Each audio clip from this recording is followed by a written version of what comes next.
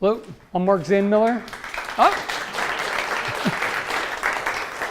And I'm the founder of Small Planet Travel Cards. In today's world economy, an effective international outreach program is pretty much a requirement for any company. These companies, as they build their international outreach program, know a couple things. They know that international travel is expensive, and so they have to make the most of that investment. They know that their employees are really their ambassadors that they're sending out there, and so they're the most important export as well, right? And they know that the cultural interface that their employees are going to have as they get out in country are absolutely critical and can make the difference between success and failure in their international trade efforts. I think it would be great if companies had small cultural reference guides that they could provide to their travelers to make that transition easier and their success better. From a traveler perspective, hectic preparation for a trip makes it difficult to prioritize getting ready for cultural tips and language skills. But at the same time, an experienced traveler understands that cultural interaction is as important as their knowledge of the product. So in turning the right phrase at the right time can be huge. You know, if I can say thank you and hello, just basic things at the right time, it really makes a cultural difference and a strong connection. And we think it would be awesome if travelers were armed with a simple language translation guide that was super simple to use and instant access to that stuff. So Small Planet we think we've come up with a simple and clever solution to these needs. We've put key phrase translations, cultural tips on a single 3.5-inch by 2-inch business card size format card that can be a reference for these business travelers. Our customers are really the professionals who are setting the table for international business success. They're collectively coordinating about 30 million business trips per year internationally. They include marketing communication managers. They include the state and federal commerce departments who exist to help companies get out in the world. And they include the support companies, the corporate travel agents, and the show and pavilion contractors that are pulling together these efforts. Using our standard travel cards as a foundation, we can quickly customize and provide a branded card solution that works for these companies and their specific needs for supporting a trip, where they can hand them to their employees and to support, to make the trip easier. We think that the key design element of our cards is, in fact, the simplicity and super low-tech nature of a paper card. For their defined purpose, we think that the cards are better and quicker than guidebooks or apps or a search browser. They fit in your pocket, right? They fit in a wallet. They're shareable. They're even losable. You would take a paper card someplace where you would hesitate to take your smartphone. And they certainly don't require internet access to work. To date, we've been working on building a critical mass of card designs that we can use as a foundation for providing customized solutions to customers. Europe has been our focus, and we have that nicely covered now, and we're making progress in other sections of the world as well. We've done extensive pronunciation testing on the cards and have sent hundreds of packets out to test travelers. So with this critical mass complete, Small Planet is ready to start marketing our solution to those professionals that are looking to add to their set of equipment they could send out. Our initial focus will be on US companies where we have, where we can start with existing contacts and branch out. But we certainly look forward to building card sets and reaching out to international companies where we'd make cards that would be for non-English speakers as well. Think of how many Chinese business people are going out into the world, and can we meet a niche there as well? The business market is really just the tip of the travel card iceberg, and we'll be super strong, I think, in the recreational travel markets as well, where we can provide customized and branded cards for tour operators and cruise lines, so they can hand out branded card sets to their customers / tourists, right? And likewise, we'll use our standard cards to reach out to the general traveler through a number of channels, including websites and bookstores and travel agents.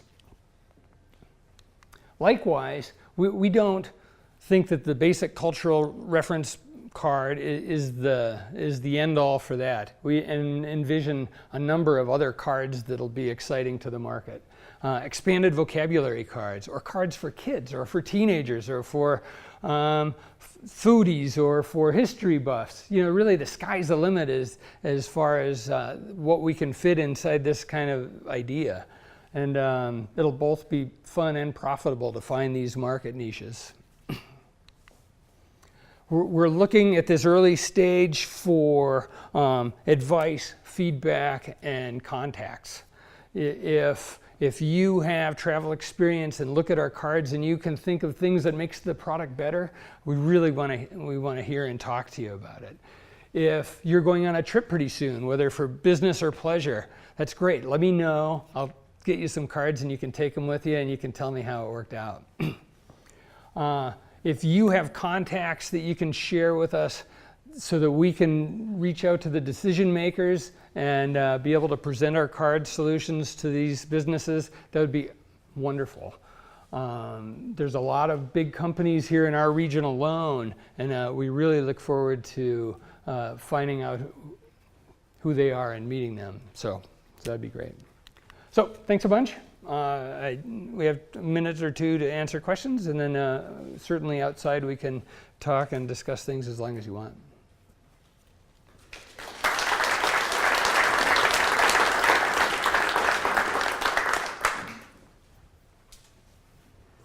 Sure. As somebody who has traveled and has a large collection of small language books in my den that are going, I must confess, unused, not because of lack of travel, just I would have a challenge doing that in this mobile world. We heard Chris talk about mobile and cloud and some other things. The idea that we would go to a paper approach, I like the fact that it would be fast, because I know the books were always a challenge to find the page where it said, where's the bathroom, right, and how do I get there? The apps too, but people are going to be using their mobile devices for maps and other information as well when they're traveling. So my first thought is it would be easier to add that kind of thing to an app than it would be to do it on paper. So no, and this is really born out of me trying to do exactly that same transition. You know, do I have an app that works? Do I have a guidebook? And if you're in a conference room with a bunch of international folks and you want to, you know, how do I say, you know, that was a great meeting, thanks a lot.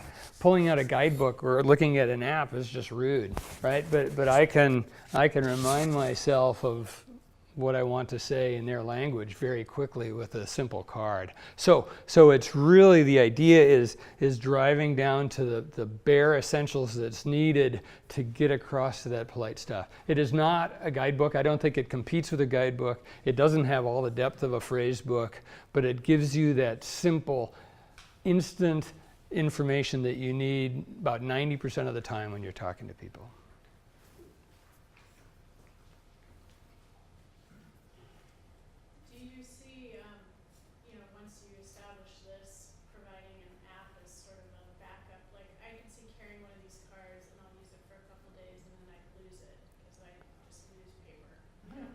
But right. if I had well, there's the app backup that, you know, brings up the essential information that was on the card.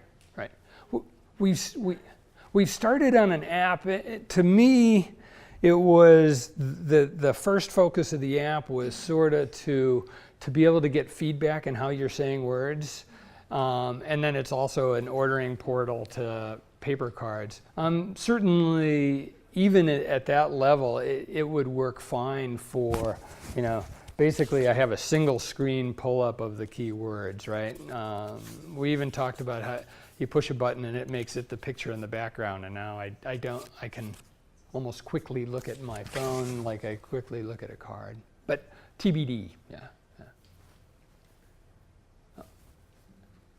Any barriers to entry for anybody else? I think who are we? The app people are going to make an app, right? I think that again we're at this simple point. The book people are making books, so they have that. It is the question's been asked before, like, okay, why wouldn't the company buy something from you the first time and then just do it themselves? There's a lot of research that goes into testing the pronunciations, to looking up the stuff, to keeping the tip guide current, the currency conversion stuff current. I think that having been in that chair where I was buying stuff for a show, that's way too much trouble. It's way easier to just buy the cards. They're at the price point of a nice handout pen, right? So there's almost no reason for a corporate show coordinator to want to make their own as opposed to buy them. Sure. Can you give us an idea of what you're thinking pricing and also distribution? Right now, distribution-wise, we're gonna a couple different models. One is direct reaching out to the Marcom people and networking into that world. I already work there a little bit, so I know I have the first few steps planned out. So that would be a direct sale market. There's a good idea to find other providers that are supporting the same show type support, name badges, pens, that kind of thing, and finding a bundling arrangement with them. And that would be certainly interesting. And then what was the Pricing. Oh, so right now a pack, which would be 2 or 3 of the language cards, because you want to be able to share them. You want to be able to have left one on a table and not be bummed about it. And the support cards that go with it would be under $5 to keep it at that almost disposable level mentality, which is different. A book, and I have left multiple guidebooks on cafe tables, I'm afraid. At $25 a pop or so, it sort of hurts. All right. Sweet, thanks. Thank you very much.